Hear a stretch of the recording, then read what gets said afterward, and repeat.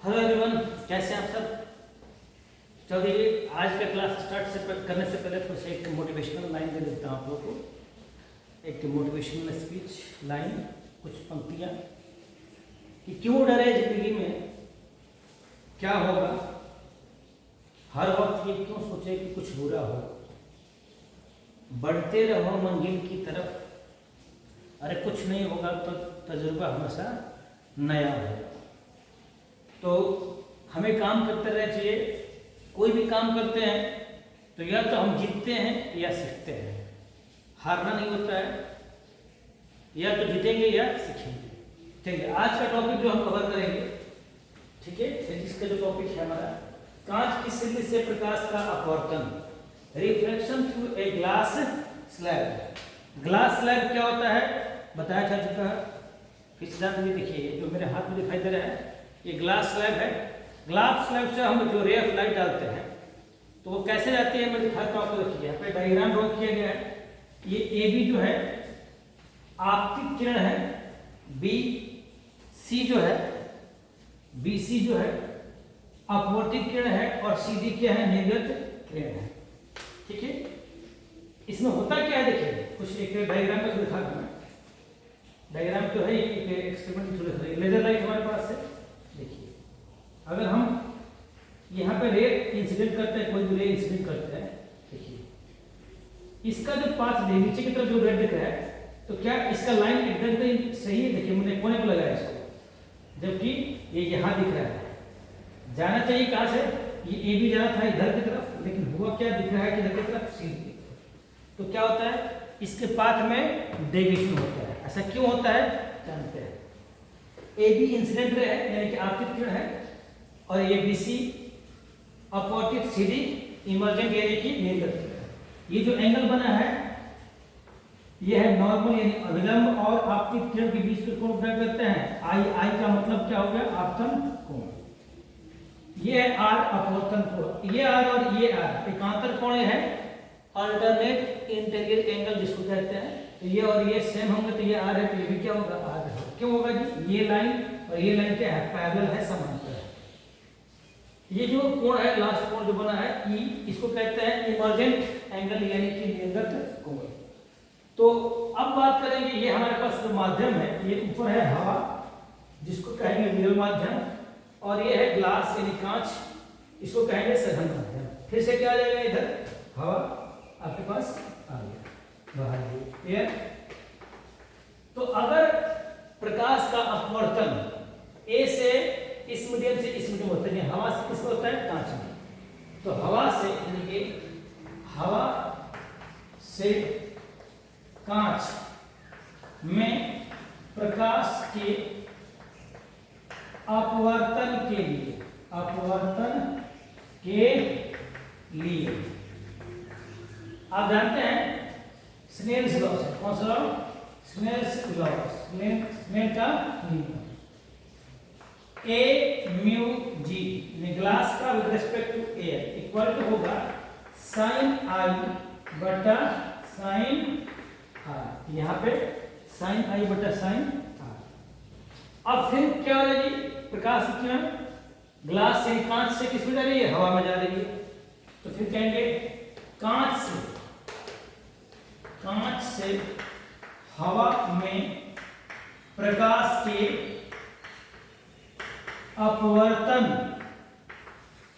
के लिए, अपवर्तन के लिए फिर से स्नेल लो, g mu a, g mu A equal to होगा साइन आर अपॉन। देखिए यहाँ पे जो एंगल ऑफ इंसिडेंस है यानी कि आपतन कोण कितना है, आर, और यहाँ पे कितना है, अपवर्तन कोण ई।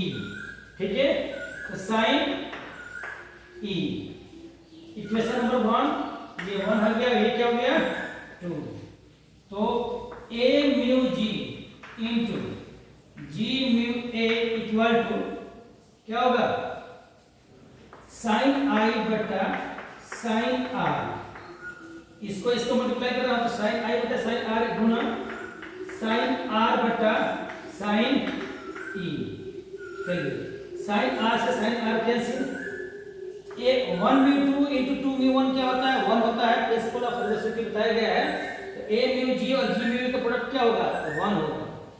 1 इक्वल टू sin i अपॉन sin e, यानी कि sin i equal to sin e। ये कह सकते हैं i इक्वल टू क्या हो गया? e। आपतन कोण इक्वल टू निर्गत कोण। इससे क्या बोला कि ये और ये, अतः कह सकते हैं आपतित किरण तथा निर्गत किरण समांतर होती है। क्या होती है? समांतर होती है। दोनों एंगल बराबर है तो समांतर होती है। ठीक है, चलिए अब हम बात करेंगे एक और चीज की, लेटरल डिस्प्लेसमेंट, जिसको कहते हैं पार्श्व विस्थापन। देखिए ये जो नॉर्मल दूरी दिख रही है, एक टॉपिक इसमें आता है, कवर करते हैं, बोलते हैं पार्श्व विस्थापन। क्या बोलते हैं? पार्श्व विस्थापन। नया टॉपिक है पार्श्व विस्थापन। पार्श्व विस्थापन क्या होता है? लैटरल डिस्प्लेसमेंट कहते हैं इसको, लैटरल डिस्प्लेसमेंट। तो देखिए लैटरल डिस्प्लेसमेंट क्या होता है? ये है आपकी आपतित किरण और ये है निर्गत किरण, इनके बीच की जो लंबवत दूरी है, आपतित किरण तथा निर्गत किरण के बीच की लंबवत दूरी को पार्श्व विस्थापन कहते हैं। पार्श्व विस्थापन कहते हैं।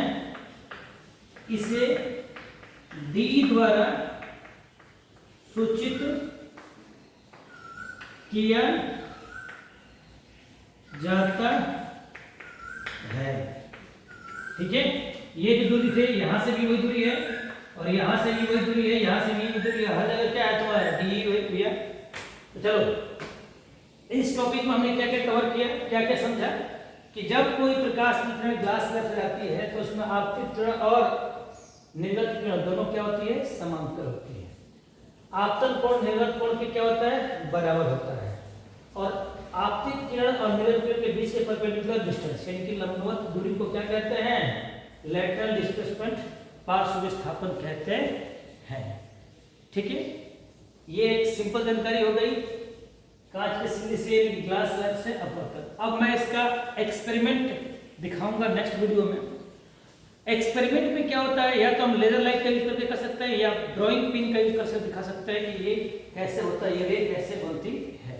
जैसा भी दिखाया था लेजर लाइट का यूज करके, वैसे ही आपको एक्सपेरिमेंट में दिखाएंगे। Thank you for watching, have a nice day.